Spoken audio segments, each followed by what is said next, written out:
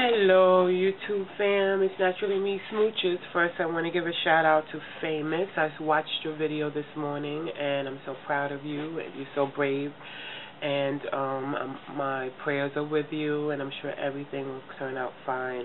And I think it's awesome that you put that on the video and shared it with all of us, so in case someone else is going through that, they can see that how strong you were, and they can be as strong as well. And this is why I'm making my video, because I went to the doctor yesterday, and I was contemplating whether or not I was going to put this on YouTube, but now I see that it's actually going to be helpful to someone else who may be going through the same thing I'm going through. Now, about 2 years ago, when I went to the doctor, I was complaining about allergies, that I had allergies. I'm always sniffing, coughing, hard time breathing, and everything like that. And it's been like that actually since I was pregnant with my second child, who's going to be 4. And then approximately about a year and a half ago, I kind of lost a sense of smell. I don't know if you're noticing on my other videos that I sound very nasally when I talked. Now it's better because I've been on medication.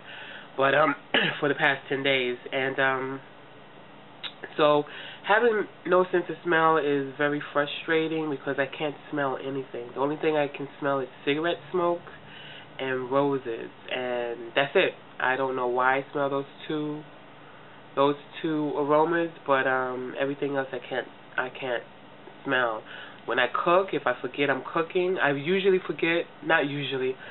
At times I forget that I'm cooking because I'm in the middle of doing so many things at once that when I'm cooking I don't smell anything. So whatever I'm engrossed in doing, I forget that I'm cooking, and I don't know that I'm cooking until I start smelling, not smelling smoke, until I start seeing smoke or hearing popping sounds, and then I'm like, oh my God, another dinner ruined, another lunch ruined, another breakfast ruined, whichever one it is. I mean, it doesn't happen very often because I try to stay focused on one thing. I realize I cannot multitask while I'm cooking anymore because it's easy for me to forget that I'm cooking until I see a film of smoke around my eyes. Or so my doctor, when I was going to her, she was prescribing nose sprays to me and Singular, you know, the pills for allergies and everything, and nothing seemed to be working.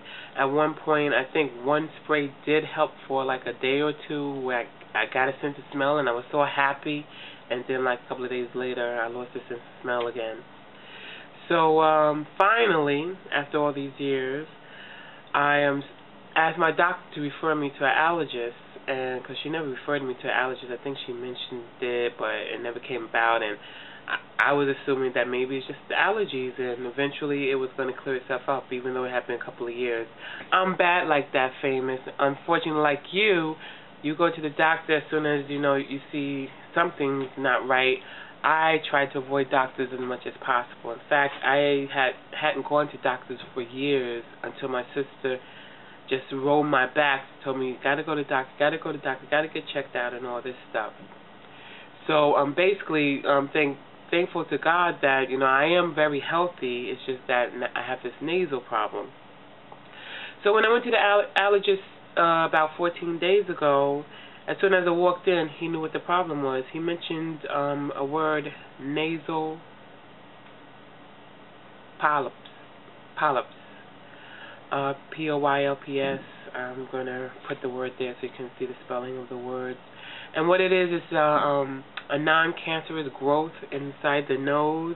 It's like these things that's inside my nose, and they continue to grow, and that's why I can't smell. It has something to do with allergies and bacteria and all type of things. They don't know exactly what causes it, but it does happen, and when it happens, it's hard to get rid of them. In fact, you really don't get rid of them. You might be one of the lucky few. There's no real cure for it, and he said it's a very frustrating thing to go through for his patients, because of all the symptoms that involve, as far as having problems breathing, having problems smelling, and it can be very annoying. So one of the things that can be done for nasal polyps are that there's surgery for it, that you go into general anesthesia and they remove them. But the only thing about that is, majority of the time, they grow back. So it's almost like it's a waste of surgery, but it can help for a while. He couldn't tell me like how long does it take for it to grow back and everything. It depends on the person and everything like that. But they do grow back after surgery. It's a handful of people that if they go through the surgery that they may never get it again. But the majority of people that get the surgery they always grow back. So basically what he's done is put me on a very, as he says, a very I can't think of the word right now, aggressive regimen, where I'm going to have to take a nose spray, do a nose spray every day, prescription nose spray, and I'm going to have to do an inhaler every day. And he also prescribed a regular asthma pump for me if I ever have problems breathing. Usually I don't have to use that because I've had that before. I've used it like 3 times within the last couple of years, so I don't really have problems as far as me breathing. But when they did a breathing test on me last week, it wasn't that great, and they did a retest yesterday, and he said it really wasn't any improvement on it. But I don't have to take it if I don't want to. This is the regular inhaler for asthma. I've never been asthmatic until, I guess, the last couple of years when I was diagnosed with it. I didn't grow up being asthmatic. I've never been asthmatic, but I guess I'm asthmatic now, even though I don't really need this that often. Like I said, I used it 3 times in the last couple of years, but I guess it's good to have just in case I get that attack.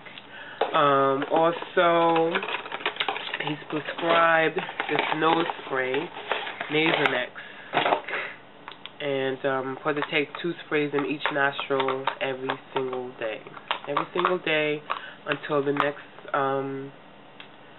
scheduled appointment, which is in 6 weeks. And along with this, I have to do another type of inhaler that I inhale once a day, which I could do in the morning when I do the nose thing. And basically, this isn't like your normal inhaler, like I had showed you. This one, you just take 2 puffs and call it a day. This one, you take 1 puff, you actually open it, and as you open it, it puts the medication in there for you, and then you put your mouth over it. Well, you have to blow out the air, put your mouth over it, and take a big breath, hold it for 10 seconds or so, and then that's it. So every day for the next 6 weeks, I'm going to have to take these 2 prescriptions.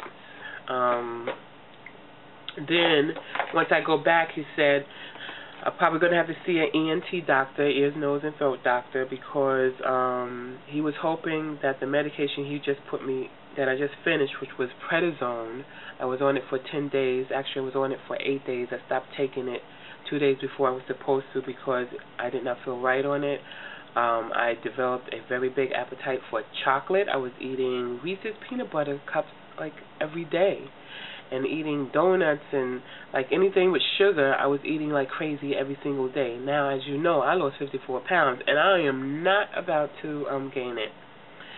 So on top of that, I was also feeling sick a couple of days. I would throw up. So I just didn't like it, and it was only a 10-day supply, and I stopped 2 days before.